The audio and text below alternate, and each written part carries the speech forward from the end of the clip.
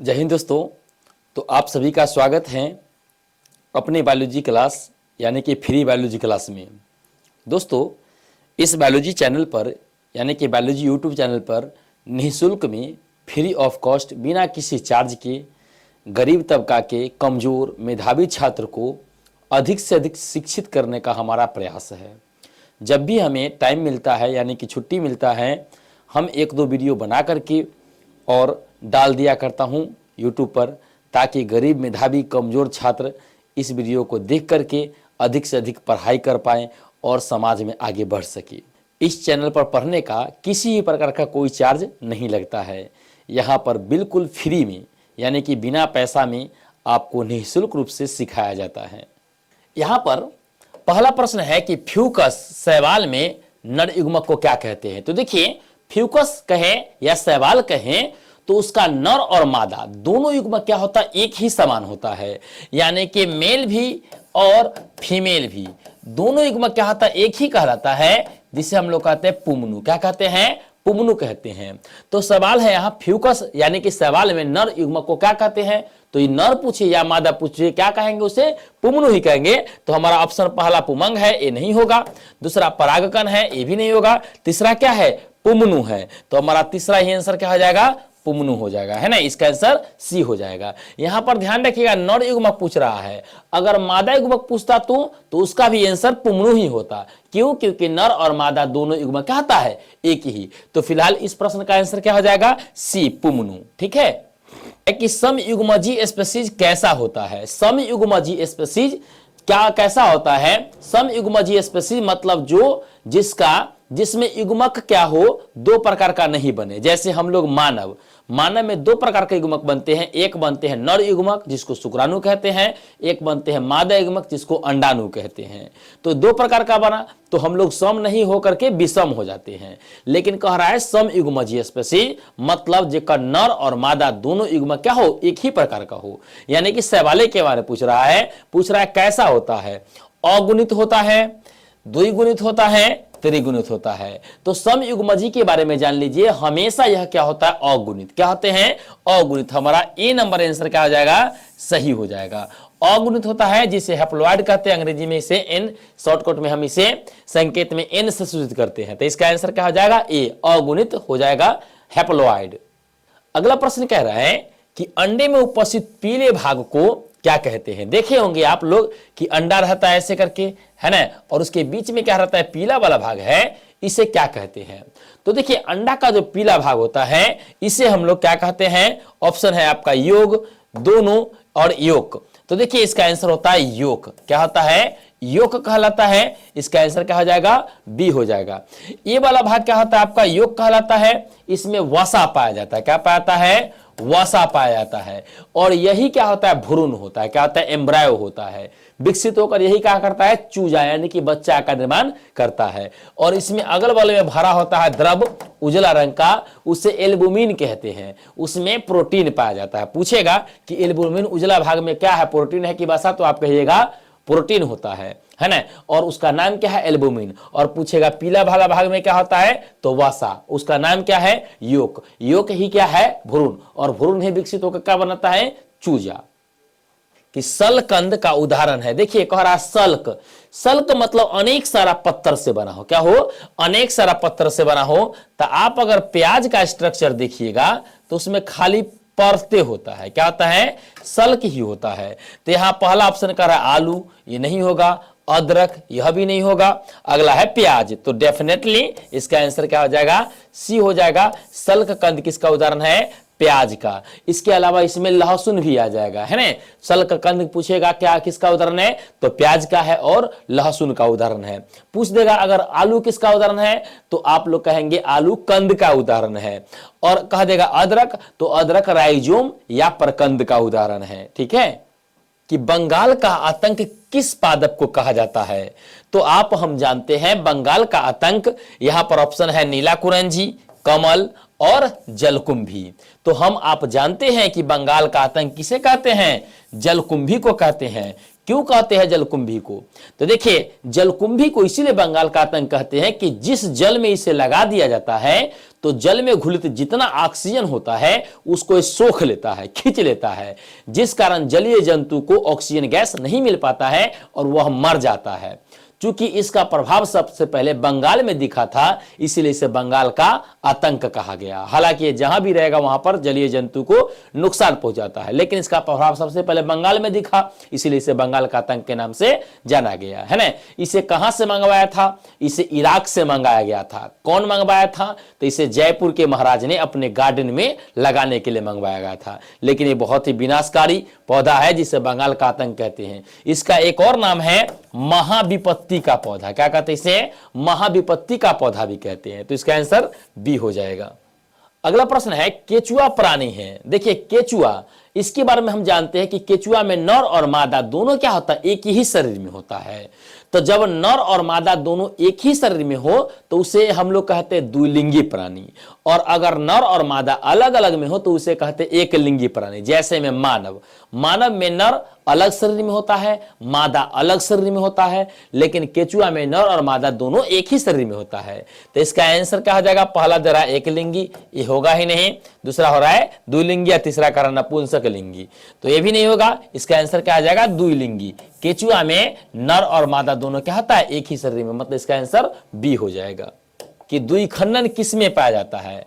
द्विखंडन मतलब एक कोश का क्या हो जाए? एक कोश का हो तो दो भागों में टूट जाए। क्या हो जाए? दो भागों में टूट जाए, तो उसी को ना कहते हैं द्विखंडन। तो द्विखंडन कह रहा है अमीबा में होगा, कह रहा है पैरामीशियम में हो रहा है, कह रहा है दोनों में हो रहा है। तो किस में होगा? तो अमीबा में भी होता है, पैरामीशियम में भी होता है। तो भाई इसका आंसर क्या हो जाएगा? सी हो जाएगा इसका आंसर, मतलब अमीबा भी और पैरामीशियम भी। अगर अकेले अमीबा मार रहे हैं तो गलत हो जाएगा, पैरामीशियम मार रहा है अकेले तो गलत हो जाएगा। ये दोनों मारना होगा। अगर दोनों न रहे, कोई एगो रहे तो खाली एगो को मारना पड़ेगा, अमीबा या पैरामीशियम। लेकिन दोनों दे दिया है और सी ऑप्शन कह दिया दोनों, तो हमें मारना पड़ेगा सी, दोनों को। मोनोकार्पिक पादप में कितने वर्षों के बीच उम्र होने पर एक बार फूल खिलता है?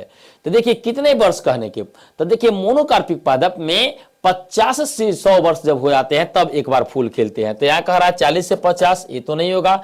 50 से 80, ये भी नहीं होगा। और सी कह रहा है 50 से 100 वर्ष। तो इसका आंसर क्या हो जाएगा? सी। मतलब मोनोकार्पिक पादप में क्या होते हैं? 50 से 100 साल में होते हैं। इसमें कौन आते हैं मोनोकार्पिक पादप में? तो जिसमें आते हैं बांस आते हैं। क्या आते हैं बाबू? इसमें बांस आते हैं। तब पूछेगा कि मोनोकार्पिक पादप के अंतर्गत कौन आते हैं, तो कौन आ जाएंगे? आपका बांस आ जाएगा। बांस क्या है? मोनोकार्पिक पादप। इसमें कितना दिन में फूल खिलता है? एक बार फूल होने में 50 से 100 वर्ष का समय लगता है। अगला प्रश्न है कि हाइड्रा से निकलने वाले छोटे छोटे संरचना को क्या कहते हैं? तो हाइड्रा से जो छोटे छोटे संरचना निकलता है उसे कहते हैं हम लोग मुकुल। क्या कहते हैं? इसका आंसर हो जाएगा ए, हो जाएगा मुकुल। क्या कहेंगे इसे? मुकुल। अगला प्रश्न है कि निम्न में किस में बाह्य निषेचन होता है? बाह्य निषेचन कहने का मतलब जिसका नर और मादा दोनों युग्मक शरीर से बाहर निकाल दिया जाए और दोनों बाहर में आपस में संयोग करके मिले, तो उसे कहते हैं बाह्य निषेचन। तो देखिए बाह्य निषेचन केकरा में होता है? जो जलीय जंतु होते हैं। तो यहां कह रहा है मनुष्य में होता है? नहीं। घोंघा में होता है? इसमें भी नहीं। लेकिन मेढक, मेढक में क्या होते हैं? बाह्य निषेचन होते हैं। इसका आंसर बी हो जाएगा। इसके अलावा मछली में भी बाह्य निषेचन होते हैं। अगला प्रश्न है कि अंडा का खोल बना होता है। देखिए आप लोग देखे होंगे अंडा इस प्रकार का होता है। तो अंडा का कह रहा बाहर का जो खोल है ये वाला, ये किस चीज का बना होता है? तो देखेंगे उजला रंग का खोल होता है। यह बनता है कैल्शियम कार्बोनेट से। किससे बनते हैं? कैल्शियम कार्बोनेट से। इसका आंसर क्या हो जाएंगे? इसका आंसर ए हो जाएंगे कैल्शियम कार्बोनेट। अकेले कैल्शियम मारिएगा तो गलत हो जाएगा। इसका होता है कैल्शियम कार्बोनेट। अगला प्रश्न है कि जलकुंभी 65,000 से अधिक पौधा कितने माह में उत्पन्न कर सकता है? तो कह रहा 65,000।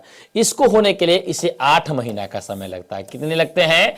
8 महीना में। अगर एक जलकुंभी का तना रह जाए तो 8 महीना बाद क्या करेगा? 65,000 पौधे बना लेगा। कि जाइगोट कितनी कोशिकाओं का समूह होता है? तो देखिए जाइगोट क्या होता है, देखिएगा जब निषेचन होता है तो सबसे पहले क्या है? एक कोशिका रहता है, ये अंडाणु, आधा कोशिका, और इसमें मिलता है शुक्राणु। अब यह दोनों मिलकर एक कोशिका हो गया, यहां एक से बनते हैं दो कोशिका, कितने बन जाते हैं? दो। इसे कहते हैं हम लोग, क्या कहते हैं बउआ? इसे हम लोग कहते हैं क्लीवेज कहते हैं। क्या कहते हैं हम लोग? इसे क्लीवेज।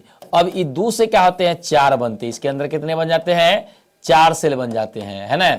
इसके बाद इससे बनते हैं 8 सेल, जिससे 8 सेल हो जाते हैं। इसे हम क्लीवेज को हम लोग क्या कहते हैं? इसके बाद 8 हो जाते हैं, ब्लास्टोसिस्ट है। उसके बाद ये 8 से बनते हैं 16, 16 से बनते हैं 8 से 16 बनते हैं, तो उसे तूतक या मरोला कहते हैं। लेकिन उसके बाद जैसे ही 32 कोशिका होते हैं तो उसे क्या कहते हैं? जाइगोट। क्या कहेंगे? जाइगोट। तो क्या कह रहा है? जाइगोट कितनी कोशिका का समूह है? तो 32 कोशिका का होता है, यानी कि इसका आंसर सी हो जाएगा। एक सीप एक ऋतु में कितने अंडा देता है? मतलब एक ऋतु कहने का मतलब है एक उसका जो ऋतु आता है उसमें कितने अंडा देते हैं? तो लगभग 100 मिलियन। कितने होते हैं? 100 मिलियन अंडा एक ऋतु में एक सीप देता है। इस शरीर के बाहर होने वाले निषेचन को क्या कहते हैं? तो ये फिर से प्रश्न आ गया है। देखिए वही प्रश्न है लेकिन इसका ऑप्शन चेंज हो गया है। बाह्य निषेचन के स्थान पर यहां दे दिया है अलग प्रकार का नाम, इन विवो, इन विट्रो। देखिए जब भी इन विट्रो, इन विवो हो, अगर इन विवो है ना, अगर आंतरिक निषेचन होता है तो इन विवो होता है, बाह्य निषेचन होता है तो उसे इन विट्रो कहते हैं। क्या कहते हैं? In vitro. तो इसका आंसर बी हो जाएगा। मतलब बाह्य निषेचन का एक और नाम है इन विट्रो, और अगर आंतरिक निषेचन का कहेगा तो इन विवो आंतरिक निषेचन का एक और नाम है। मध चक्र की अवधि कितने दिनों का होता है? तो देखिए मध चक्र किसमें पाया जाता है? अपरास्तनधारी। अपरास्तनधारी मतलब जिसके गर्भ में क्या होता है? बच्चे का विकास प्लासेंटा से जुड़कर न हो, जैसे होते हैं गाय, भैंस, कुत्ता, बिल्ली, तो उसमें होता है मध चक्र। तो मध चक्र का अवधि कितने दिनों का होता है? तो उसका होता है 21 दिन का। लेकिन अगर पूछ दे आपसे कि ऋतुस्राव का अवधि या मासिक चक्र अवधि, तो 28 दिनों का, और मध चक्र का 21 दिनों। अदरक में कायिक प्रवर्धन किसके सहायता से होता है? अदरक में पूछ रहा है। तो देखिए अदरक में कायिक प्रवर्धन राइजोम, जड़, बल्ब। तो देखिए अदरक में होता है राइजोम द्वारा। किसके द्वारा होता है? राइजोम द्वारा। इसी को हम लोग प्रकंद भी कहते हैं। क्या कहते हैं?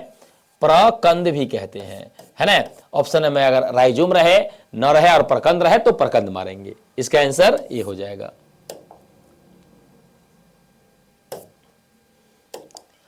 सेब में गुणसूत्र की संख्या कितना होता है? देखिए सेब कह रहा है, सेब का युग्मक नहीं कह रहा है। तो सेब में होते हैं 34 गुणसूत्र। कितने होते हैं? 34 गुणसूत्र होते हैं, 34 क्रोमोसोम्स। कंद किसका रूपांतरण है? पूछ रहा है, कह रहा है कि कंद जो है किसका रूपांतरण है? जड़ का, तना का और कली का। तो देखिए कंद जो होता है वह तना का रूपांतरण है। क्या होता है? तना का। कंद कई प्रकार से रूपांतरित होते हैं? तो 4 प्रकार से। पहला होता है राइजोम में, है ना, या प्रकंद में। दूसरा होता है घन कंद में, और तीसरा होता है कंद में, और चौथा होता है सल्क कंद में। किसमें होता है? सलकंद में। तो तना के इतने में रूपांतरण होता है? 3 में, है ना। तो राइजोम, घनकंद, कंद और सलकंद। तो कंद कह रहा है किसका रूपांतरण है? तो कंद किस में आ रहा है? तना में। इसका आंसर क्या हो जाएंगे? बी। किसमें जनक कोशिका 2 भागों में विभक्त होकर नए जीव को जन्म देता है? तब मोनेरा भी देता है, प्रोटिस्टा भी देता है, यानी कि इसका आंसर सी हो जाएंगे, यानी कि दोनों देता है। कौन देगा? दोनों। भ्रूणोद्भव होने के बाद पूर्ण भ्रूण का निर्माण होता है, जिसमें सबसे पहले किसका निर्माण होता है? तब भ्रूण उद्भव के बाद क्या होते हैं? सबसे पहले भ्रूण में हृदय बनते हैं। पहला महीना में क्या होते हैं? हृदय बनते हैं। जब गर्भ में बच्चा पल रहा होता है, स्त्री गर्भवती होती 1 माह का, तो सबसे पहले उस बच्चा जो बनता है उसमें दिल बनता है, मतलब हृदय बनते हैं। अगला है अमीबा में प्रजनन किस प्रकार का होता है? तो अमीबा में कलिका द्वारा, जिम्यूल्स द्वारा, विखंडन द्वारा। तो देखिए अमीबा में प्रजनन किस प्रकार का होता है? अमीबा में प्रजनन किस प्रकार का होता है? तो हां, यहां पर विखंडन आ जाएगा। क्या जाएगा? विखंडन। इसका आंसर क्या हो जाएंगे? सी हो जाएंगे। प्रश्न है, जिस प्राणी में बिना निषेचन के ही नए जीव का निर्माण होता है उसे क्या कहते हैं? तो देखिए बिना निषेचन के ही निर्माण हो तो उसे कहते हैं अनिषेक जनन। अनिषेक कर रहा है क्या, बिना निषेचन के नहीं जीव बनेगा तो अनिषेक जनन कहेंगे। अगर बिना निषेचन के ही फल बनेगा तो उसे अनिषेक फलन कहेंगे, लेकिन यहाँ जनन हो रहा है इसलिए अनिषेक जनन कहेंगे। है कि अलैंगिक जनन में कितने जीव भाग लेते हैं, तो अलैंगिक देखिए कोई एक ही भाग लेता है, तो अलैंगिक जनन में कितने प्राणी भाग लेते हैं, इसका आंसर ये हो जाएंगे केवल एक प्राणी। कि मध्य चक्र पाई जाती है, किसमें पाया जाता है, गाय में, भेड़ में, ये भी दोनों में। तो देखिए गाय में भी पाया जाता है और भेड़ में भी पाया जाता है, दोनों में पाया जाता है, तो इसका आंसर क्या हो जाएगा सी। बिना निषेचन का फल निर्माण कहलाता है। कुछ देर पहले बताए थे बिना निषेचन के जन्म ले जीव तो उसे अनिषेक जनन, और बिना निषेचन के फल बने तो उसे अनिषेक फलन। इसका भी आंसर क्या हो जाएंगे, ए हो जाएंगे, अनिषेक फलन ए। इष्ट में प्रजनन मुख्यतः किसके सहायता से होता है, परागन द्वारा, मुकुलन द्वारा, विखंडन द्वारा। तो देखिए इष्ट में कहा जाए या आपको हाइड्रा कहा जाए या जिम्यूल्स का या आपको स्पंज कहा जाए, उसमें मुकुलन विधि द्वारा जनन होता है, किसी के द्वारा मुकुलन बर्डिंग फिजन होता है। इसका आंसर बी हो जाएंगे। कि कलिका रोपण का उदाहरण है, कलिका रोपण किसका उदाहरण है, कायिक जनन का, लैंगिक जनन का, दोनों का, तो नहीं ये होता है सिर्फ कायिक जनन का। किसका हो जाएंगे आंसर, ये हो जाएंगे कायिक जनन का उदाहरण होते हैं। जेम्यूल्स का निर्माण किस में होता है, इष्ट में, हाइड्रा में, स्पंज में। तो देखिए जेम्यूल्स जो छोटा छोटा आंतरिक में भागता है वो निर्माण होता है स्पंज में, तो इसका आंसर हो जाएंगे सी।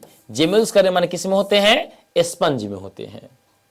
निम्न में से कौन सा सजीव प्रजक नहीं है, सजीव प्रजक नहीं है मतलब अंडा देता हो, है ना, तो गाय सजीव प्रजक है, सजीव बच्चा जन्म देता है। बकरी, बकरी भी बच्चे को जन्म देता है। यहाँ पर मुर्गी, मुर्गी बच्चा ना दे करके अंडा जन्म देता है, और अंडा में से बाद में क्या होते हैं, बच्चे निकलते, तो इसका आंसर बी हो जाएंगे।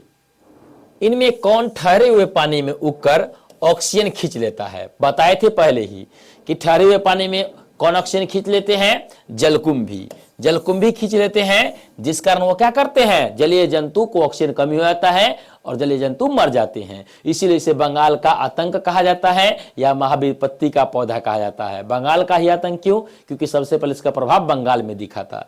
तो इसका आंसर क्या हो जाएगा, ए, जलकुंभी खड़ा हुआ जल में ऑक्सीजन खींच लेता है।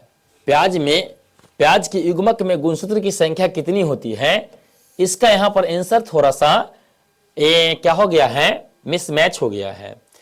ये पूरा प्याज में क्या होते हैं, 32 होते हैं और युग्मक में 16 होते हैं। तो यहाँ पर एक क्वेश्चन क्या हो गया, बाय मिस्टेक हो गया है।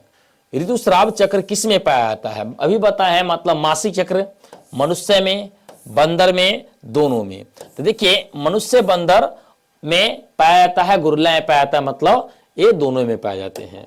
मानव मादा में अंडे का निषेचन कहाँ होता है, तो मानव के मादा में अंडे का निषेचन गर्भाशय में होता है, नहीं, अंडाशय में होता है, नहीं, फैलोपियन नलिका में होता है, यस, फैलोपियन नलिका में होता है। इसी को अंडवाहिनी कहते हैं या डिंब वाहिनी भी कहते हैं, वहीं पर निषेचन अंडाणु का होता है। निम्नलिखित किस में 12 वर्ष में सिर्फ एक बार फूल खिलता है, तो देखिए 12 वर्ष में एक बार फूल खिलता है, वह होता है नीला कुरेंजी पौधा। नीला कुरेंजी पौधा में 12 वर्ष में एक बार फूल खिलते हैं। उच्च श्रेणी के पौधे में अर्धसूत्रण किस समय होता है, अर्धसूत्रण कह रहा है युग्मक बनते समय, भ्रूणोद्भव के समय, निषेचन के समय। तो युग्मक बनते समय अर्धसूत्रण होता है, इसका आंसर ए हो जाएगा। जीवाणुओं में कायिक प्रजनन होता है, खंडन द्वारा, द्विखंडन द्वारा, संलयन द्वारा। तो देखिए जीवाणु में भी जो है ये प्रजनन होता है द्विखंडन विधि द्वारा होता है, किसके द्वारा होता है, द्विखंडन। अमीबा पैरामीशियम के भांति जीवाणु में भी होते हैं। आलू के कंद में आंख होते हैं, मूल कलिका, पुष्प कलिका, है ना, कक्षस्थ कलिका। तो आलू के कंद में जो है आंख होते हैं वह क्या होते हैं, कक्षस्थ कलिका होते हैं। इसका आंसर सी हो जाएगा, कक्षस्थ कलिका। इनमें से किस में आंतरिक निषेचन होता है, पक्षी में, मेढक में, स्तनपायी में। नहीं, पक्षी में नहीं होते हैं, मेढक में बाह्य होते हैं और स्तनपायी में क्या होते हैं, आंतरिक होते हैं। स्तनपायी मतलब स्तनधारी में। पुदीना में वर्धी प्रजनन होता है, किसके द्वारा, अंतःभूस्तरिका द्वारा, परकंद द्वारा और भूअस्तरिका द्वारा। तो देखिए पुदीना में अंतः भूअस्तरिका द्वारा क्या होते हैं, कायिक प्रजनन होते हैं। इसका आंसर ए हो जाएगा।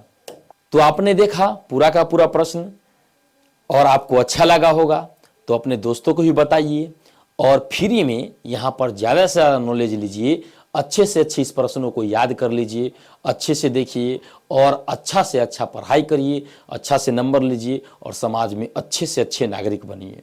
और यहाँ फ्री ऑफ कॉस्ट वीडियो आपको डाल करके मैं पढ़ाता हूँ। जब हमें समय मिलता है तो फ्री ऑफ कॉस्ट में वीडियो डाल दिया करता हूँ ताकि सब बच्चे पढ़ ले। तो आप लोग अच्छे से पढ़ लीजिए। जय हिंद।